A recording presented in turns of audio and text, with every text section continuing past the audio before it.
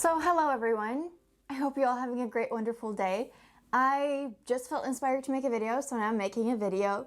And the idea came into my mind of this video 10 minutes ago, and I just put it together, so I really haven't thought a lot much about it because it's such a good idea, so I just needed to do it, and the light is actually sort of okay. Here we go. So this video is going to be about, if you like this novel, you probably like this graphic novel. Which, I don't know if anyone's ever done that. That's a great idea. I feel like someone has done like, oh, if you like this movie, read this book. Or like, if you like this book, watch this movie. But I feel like the graphic novel part of a booktube is very much like one community. And then we are here and we're like sort of booktube, sort of reading some graphic novel, like comics and manga. But I feel like that's like a whole other thing that maybe we don't interact so much with. Actually, what inspired this was my best friend. She had a lot of issues with this girl that she was seeing. When she was talking about the problems, it reminded me a lot of Laura Dean Keeps Breaking Up With Me, and she's the type of person that reads, but she doesn't read like a lot. Not like we do here, which is just insane, honestly. I'm like, okay, I know you don't read graphic books, but just trust me, try this book because it's very similar to what you're going through, and I feel like you should just give it a shot. And she gave it a shot and she loved it. Why? Not because like she's, she was new to graphic novels. I don't think she's gonna continue reading a lot, but I feel like it's about like what type of graphic novel you're reading. I find it hard to imagine that someone doesn't want to read it at all if they like reading a lot, or at least want to try, So I've picked some books that I think are fairly popular and that some of you have read. Either you can take them as recommendations, both of them, both the novel and the graphic novel. Also, I'm not sure it goes both ways. Graphic novels, the ones I read at least, have a huge tendency to be more of the middle grade side, and a lot of the books are adult. So I don't know if it goes both ways because the graphic novels are way more innocent than the novels themselves. But I thought I would just give it a shot, see what happens. At least we'll have a fun time, So the first book I have is If You Like Kafka on the Shore by Haruki Murakami. I think you're going to like Are You Listening by Tilly Walden. A couple of reasons. This is magical realism. It's very beautifully written, and sometimes it's a bit weird.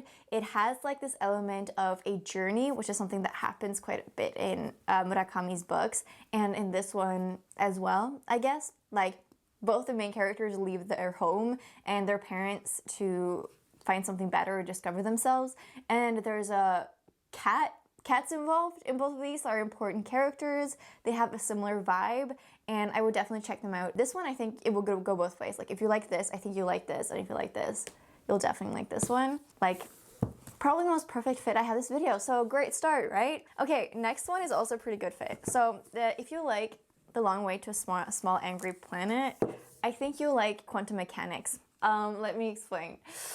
Both of them are quite wholesome. They both take place majority in a spaceship with a very, I guess this one's more diverse, like sexuality, gender-wise, but they both have like a lot of different species or different type of aliens. They both have some galactic politics. They both matter on like friendship. Just generally, I feel like Becky Chambers' books fit this very well.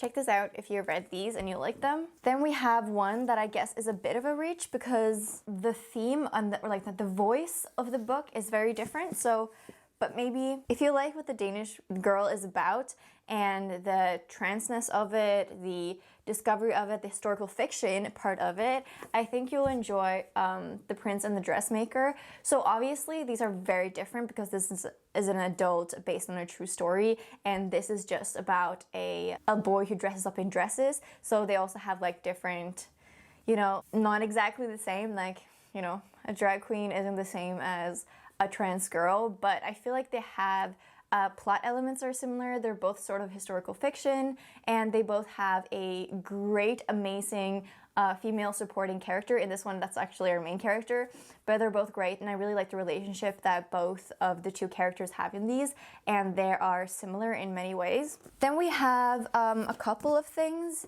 If you liked Vicious and Vengeful by V.E. Schwab, I do have a couple of options for you. So I was originally going to recommend The Wicked and the Divine, as well as Wayward, these both has to do with like some sort of X-Men themes, like not exactly, but regular people getting superpowers for various reasons, or discovering that they have superpowers for various reasons. But the actual recommendation that I want to give you is The Umbrella Academy, but I haven't read The Umbrella Academy, okay? This is the second volume and I'm waiting for the first volume to go in the mail. So like I can't recommend this completely, but I think that these are all great options if you want to learn more about people who get abilities. And I think The Umbrella Academy is a bit darker and it's an adult one. The other two are more like young adult. So that one is definitely more serious, but they all deal with corruption in different ways, I think, and the good and bad of people, especially the wicked and the divine, what happens when regular people get powers. And I bet there's more recommendations for this actually out there. Then we have another stack. Okay, the first one on this stack is a bit of a reach. Okay, but there's something within me that just tells me I should still share it even if I can't explain it in words. And that is, if you like Radio Silence by Alice Oseman, I think you like Making Friends by Kristen Goodsnook. Is her name Goodsnook? Sorry, I got distracted by her name. Why exactly? Vibe, honestly vibe.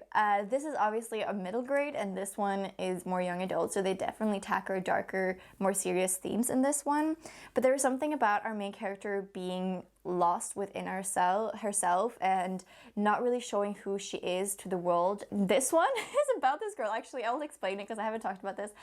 This one is about this girl who discovers a old notebook from her grandmother, I think, or her aunt actually, that died, and everything she draws in the book becomes real. So what happened is that she doesn't have any friends and she draws a friend for herself, but this friend that she makes is also a real person. Her friend starts to question who she is, where she comes as why since she living with her parents, and like it would just become so complicated and stuff. So this one has a drawing and fan fiction part in it, and this one also has drawing and fan fiction part in it.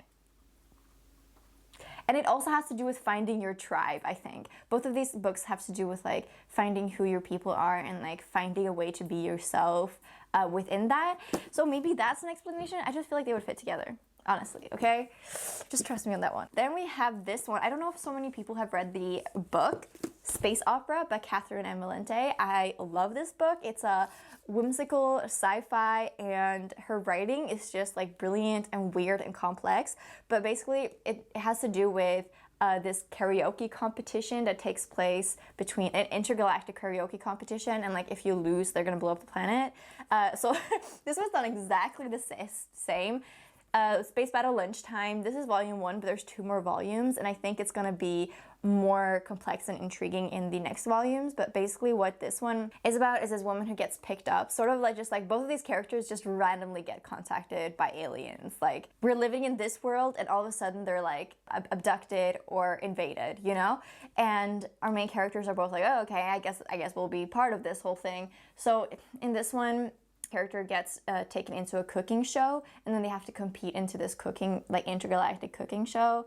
So it's like the competition part of it, the different planet species part of it.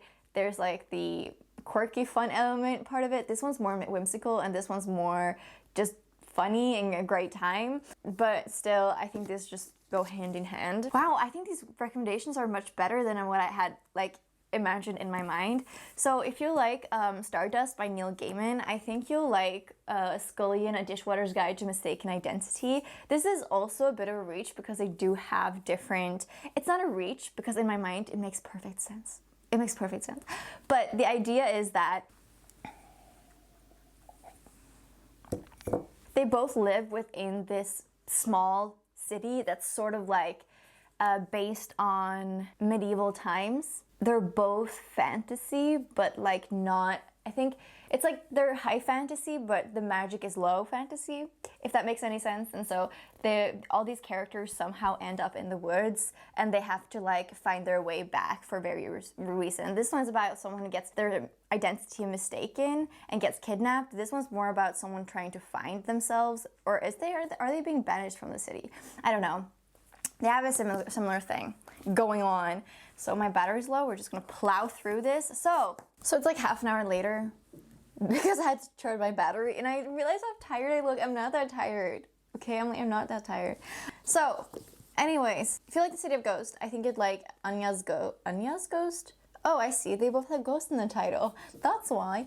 These are actually quite similar in vibe because this is a middle grade and this is sort of a middle grade, and they are sort of dark in many ways. It's about the friendship between our main character and a ghost, and it also has some discovery of the past and learning more about where this ghost comes from. It has spookier elements, but none of them are spooky. They're just similar.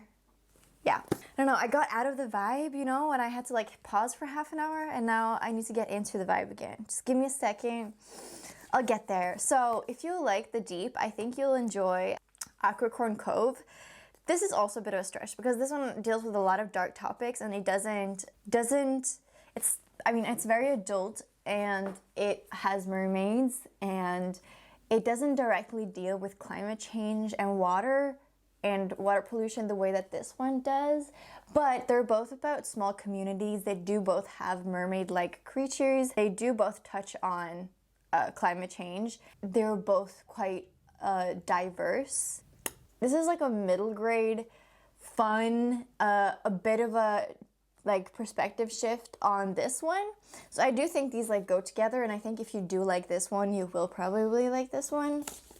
Those are my thoughts. This one doesn't deal with racism though, if that is the specific reason why you liked The Deep. Then we have, if you liked Warcross, I think you'll enjoy Glitch by Sarah Graylie. The biggest difference between these two is the theme on class in this one. So this one you follow our main character, I feel like she's called, Amika, sorry. Amika, she goes from being very poor to very rich and somewhere sort of famous. This one doesn't have that element at all, but I feel like that's like the only real huge difference. They both have like, this is a virtual reality, and this is a person who gets sucked into a game, but they just have similar vibes in the way that they're both like action-packed. They both have emphasis on friendships and who you can trust and who you can't trust. It both have like just vivid adventures in like a fantasy sort of world. I feel like these are just similar, and these are both very fun, quirky, but also engaging books with important topics. They do have a different like overall theme and stuff, but I just feel like if you like this one, you'll definitely like this one. Then we have the last one, which is a bit of a convoluted one because I wanted to talk about it in a certain context.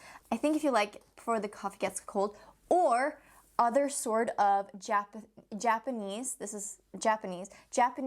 short story magical realism, I think you'll enjoy Girl Town, because this is also short stories, and they all have sort of like sci-fi fantasy elements, like sort of small magical little bits that tell these quirky, weird stories, and it does have like a Japanese vibe. I don't know about you guys, it's just a thing, okay? And when I thought about this one, I also thought about this book. I haven't read this yet, but I will be reading it very soon, and that's People from My Neighborhood. I've heard that these are like super short stories, also translated from Japanese, about like the weirdest thing that happened to people. And I feel like this has a similar vibe. So if you like these sort of like Japanese short story literature, this is not a short story, but it's almost written like a short story. I think you'll enjoy this one as well.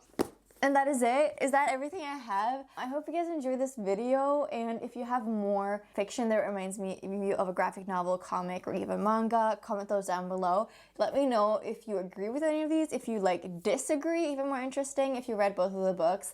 And I hope you guys enjoyed this. Give the video a thumbs up and subscribe if you're new here.